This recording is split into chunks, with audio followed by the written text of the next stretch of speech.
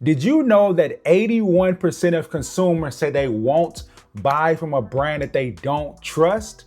That means that if your cleaning business brand is not building trust in the marketplace, then you are losing clients before they even consider doing business with you, right?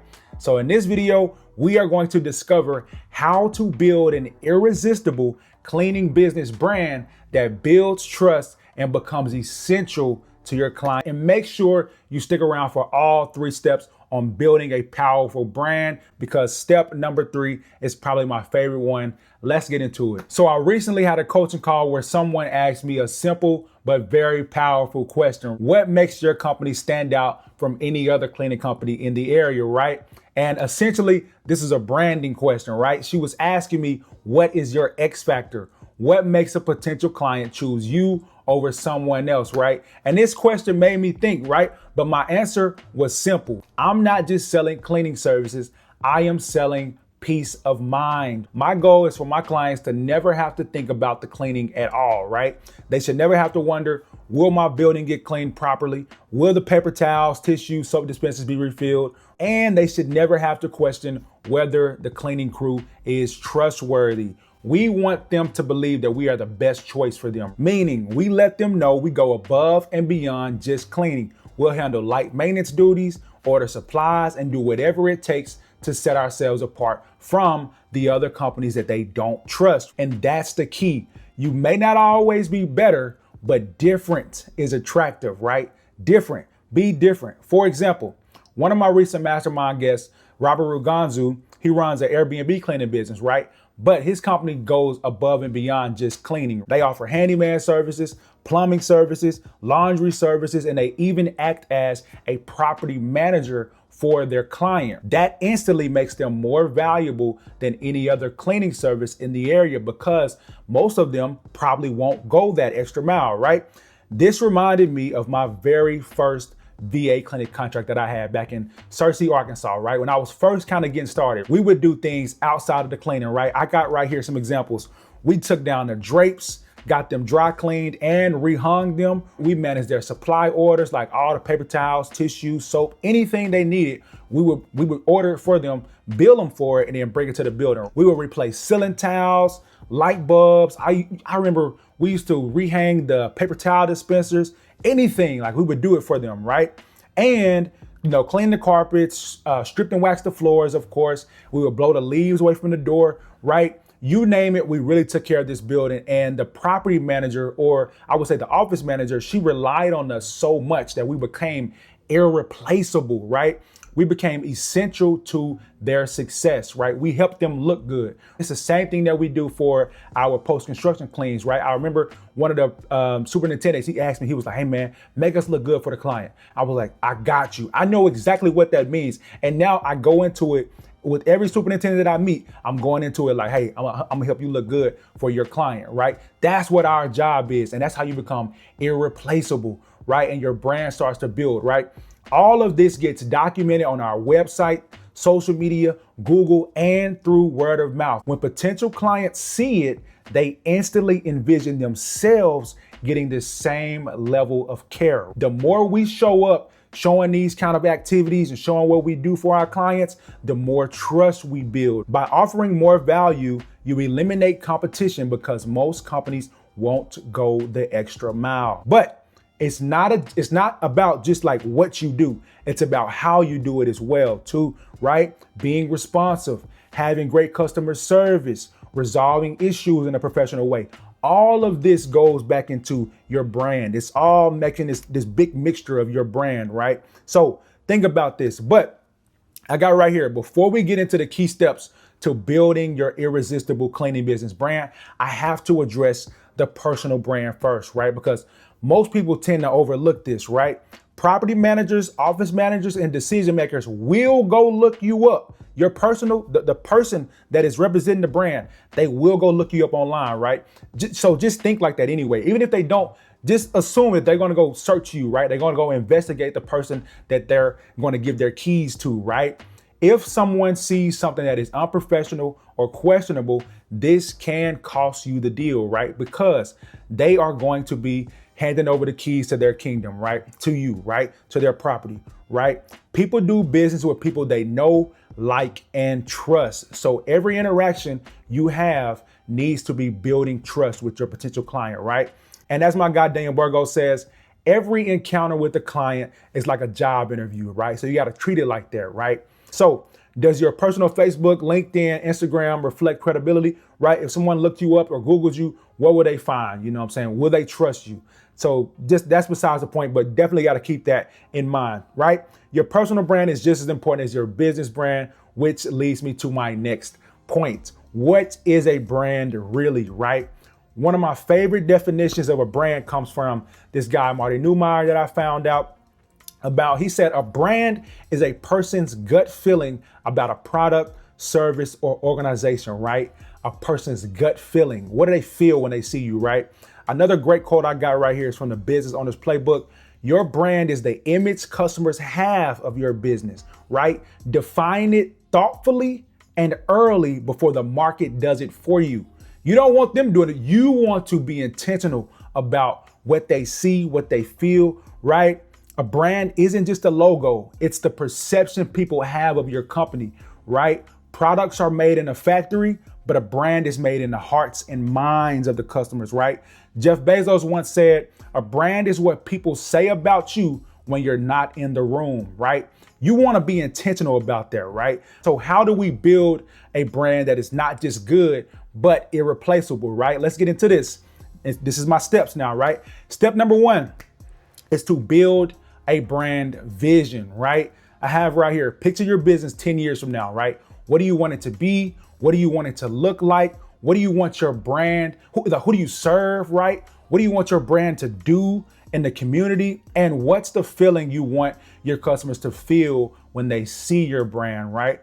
This is getting clear on your core values, all of that, and allowing that to reflect through your business and your brand. So when someone sees your brand, they should immediately know. Like, one of the things I like to study different brands, right? One of my favorite brands is Polo Ralph Lauren, right? You know, you walk in their store, it just feels like this is elegant. This is I would say that reliable luxury, what I call like a Lexus, right? It's not too out of there over, high class, but it's like right there where it's like, this feels good. It's timeless, right?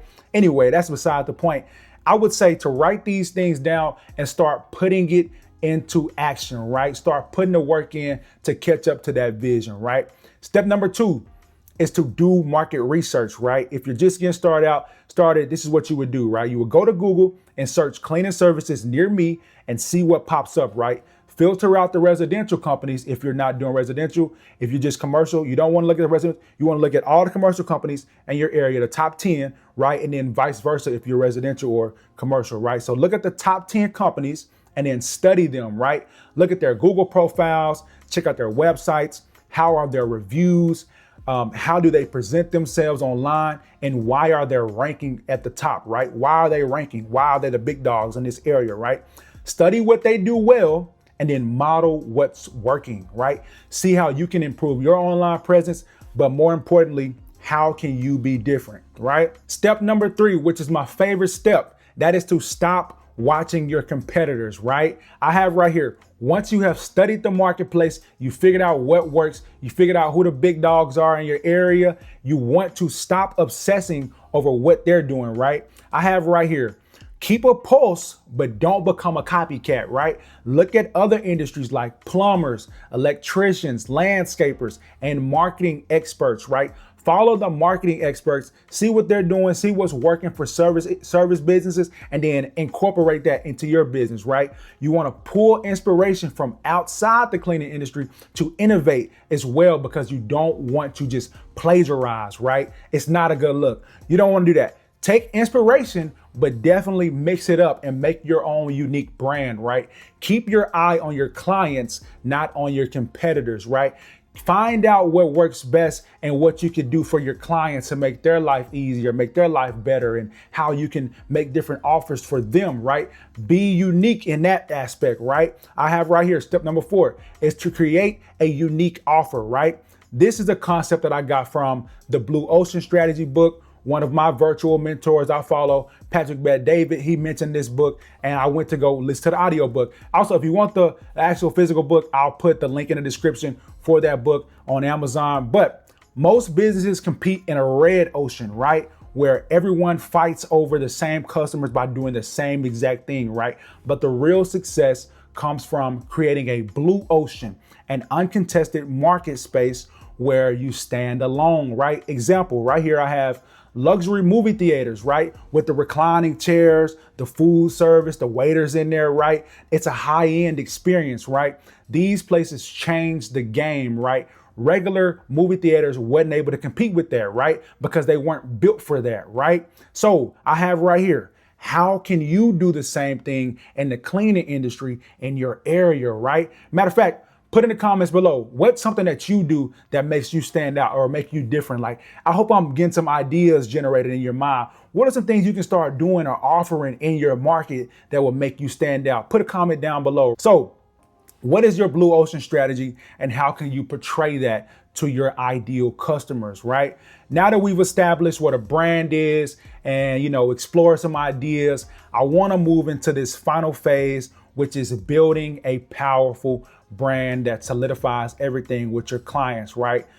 Number one, right here, we have attracting clients, right? You want to speak directly to your ideal customers, right? Hyper focus your marketing and go into the problems that you solve, right? If you're targeting medical offices, if you're targeting car dealerships, industrial buildings, everything that you post or everything on your website, social media, it should scream that we do this, right? Everything should say we solved this problem for this particular person, right? Or this particular avatar or company, right? Be visible everywhere is my next step, right? Google, social media, business directories, billboards, park benches, whatever it takes. You want to start getting your brand out there, right? I used to put some big magnet tiles on my truck, right? Driving around the city when I'm going to do different jobs, right? You want to be a driving billboard, whatever it takes, right? Then I have right here, join organizations like the Chamber of Commerce, the Better Business Bureau, small business associations, B&I groups, local online communities, right? Get featured on podcasts, get in articles, online platforms. This is how you start to get your brand and your message out there, right? And people can start seeing you, right? And you want to speak directly to your ideal customers, right? Use cold outreach strategies like door-to-door visits with flyers and business cards. One of my personal favorites, cold calling, emails, sending postcards. That's one that's been blowing up, been around for forever, right? I remember when I did this wholesaling real estate back in the day, we used to send out 1,000 mailers, right, to different property owners trying to see if they wanted to sell their house, right? That's a huge strategy and it worked, right? That's all this office did, right? My wife and I even took a step further and we set up presentations for this major property management company back in Little Rock, Arkansas. We bought them breakfast and did a presentation for them right in their conference room. And that's a huge thing. And I was able to keep the presentation, right? And now I can go and share this same presentation to other companies and other property management, service or companies, right? The final part of this is managing the clients after you have gotten a signed contract, right? That's things like keeping open communication, using communication logs throughout the building. You're doing daily inspections or frequent inspections and checking in with the office manager to see how everything is going. Is there anything we can do right now for you, right? I have on here, go the extra mile, sending them photos of things that may be an issue. That lets them know that we are not just selling cleaning services. We are a partner with them and we are selling peace of mind, right? And all those little things add up to one big thing, and that is irreplaceability. And that is how you build a trusted brand, right? And that automatic referral system starts to happen, right? And if you are interested in learning more about this kind of stuff, I am teaching a virtual masterclass. I'm planning it right now, and I want to share how you can earn $10,000 or more per month in your cleaning business by some of these strategies and not just chasing a whole bunch of small little accounts all over the place, right? If you're interested, click the link in the description or send me an email with the word masterclass and I'll make sure you get on that waiting list. Thank you for watching this one. I'll see you on the next one. Peace.